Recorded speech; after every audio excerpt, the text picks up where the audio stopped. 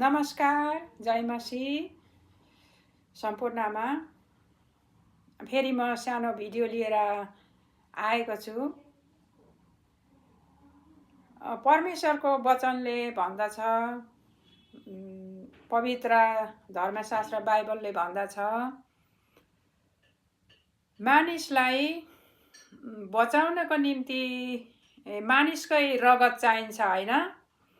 मानिसलाई बचाउनको निम्ति मानिसकै रगत चाहिन्छ। मानिसको रगत सक्यो भने मानिसकै रगत चाहिन्छ। त्यो मानिसलाई रगत दिनको लागि, मानिसलाई बचाउनको लागि, बिमारीलाई बचाउनको निम्ति मानिसकै रगत चाहिन्छ। त्यसै कारण प्रभु यीशु पनि बलिदान हुनुभएको हो। आज हामीलाई एकजना मान्छे बिमारी भयो भने, रगतको कमीले रगत चाहियो भने, रगत दिनु पर्यो भने हामीले गाई बस्तुको रगत, पशुहरूको रगत, कुनै वस्तुको रगतले, भेडा बाख्राको रगतले त्यो बिरामी बचाउन सक्दैन।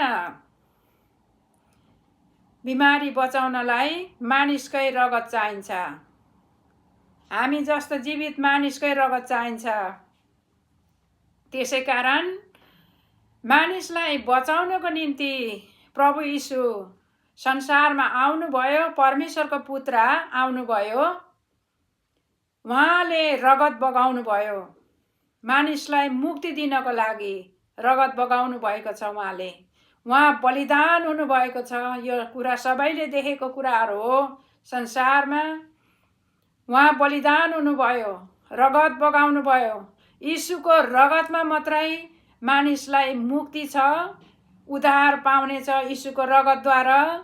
यीशुलाई मेरो मुक्तिदाता भनेर जब हामी ग्रहण गर्छौँ, यीशु प्रभुलाई विश्वास गर्छौँ, परमेश्वरको पुत्र, परमेश्वरले हाम्रो निम्ति पठाउनु भएको संसारमा भनेर हामी जब स्वीकार गर्छौँ, अनि हामीले नयाँ गरी हामी जन्मिन सक्छौँ। हामीले अनि मुक्ति पाउँदछौँ, उद्धार पाउँदछौँ। हामी परमेश्वरको सन्तान हुन सक्दछौँ। हामी पवित्र बाइबलले भन्दछ, मानिसलाई बचाउनको निम्ति मानिस भएर परमेश्वर आउनुभयो, आफ्नो पुत्र पठाउनु भयो भनेर हामीले मानिल्याउनु पर्ने हुन्छ। मानिसलाई मुक्ति चाहिन्छ, मानिसलाई उद्धार चाहिन्छ। मानिसले गरेको व्यवस्थाको कामले हामीले मुक्ति पाउँदैन।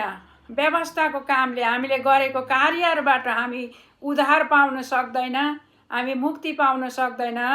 त्यसै कारण व्यवस्थालाई रद्द गर्दै प्रभु यीशु पठाउनु भयो संसारमा परमेश्वरले। त्यही भन्दछ, रोमी 3:21-22 भन्दछ, व्यवस्थाले जे गर्नु सकेन त्यो प्रभु यीशुले गर्नुभयो भनेर। उहाँले सबै मानिसहरूको मुक्तिको निम्ति, सबै मानिसहरूलाई उद्धार दिनको निम्ति प्रभु यीशु संसारमा आउनु भएको छ। हामीले आफ्नो मुक्तिदातालाई विश्वास गर्नुपर्नेछ। हाम्रो निम्ति परमेश्वरले पठाउनु भएको, हामी सबैजना परमेश्वरको सृष्टि हौँ भनेर हामीले मानिल्याउनु पर्ने हुन्छ। अनि हाम्रो धर्म कर्मले हामी मुक्ति पाउन सक्दैन भनेर परमेश्वरको वचनले भन्दछ।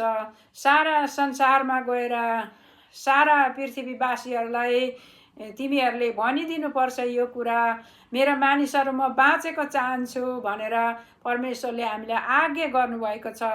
अनि त्यसै कारण म यो छोटो भिडियो लिएर आएको छु। हजुरहरूले हेर्नुहोला, सुन्नुहोला, मनन गर्नुहोला, परमेश्वरलाई मुक्तिदाता भनेर मानिल्याउनु होला। तपाईँहरूले नयाँ जीवन पाउनुहुनेछ। तपाईँहरू परमेश्वरको सन्तान हुनुहुनेछ। तपाईँहरूलाई धेरै धेरै धन्यवाद छ। नमस्कार। फेरि पनि जय मसी।